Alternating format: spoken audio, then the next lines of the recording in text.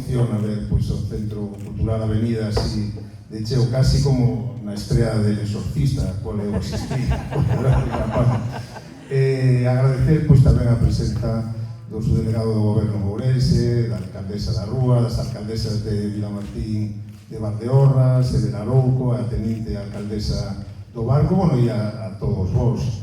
A verdade que nunca creí que podía ter tanta paciencia, porque isto que naceu dunha conversa, é certo, hai xa máis de 2 anos, a verdade que casi foi como un parto longo, e teño que decir que din varios ultimátumos, pero ao final a verdade que mereceu a pena esperar, e hoxe temos un libro extraordinario. A verdade que penso que para a Agencia de Turismo de Galicia foi un gran negocio, porque por un lado temos un libro científico. Eu penso que aquí hai moita investigación sobre as covas, é a primeira vez probablemente que se fai unha investigación tan rigurosa sobre o mundo das covas, e por outro lado temos un libro divulgativo que tamén vai servir para que este mundo das covas sexa máis coñecido no exterior. Aquí xa se dixo que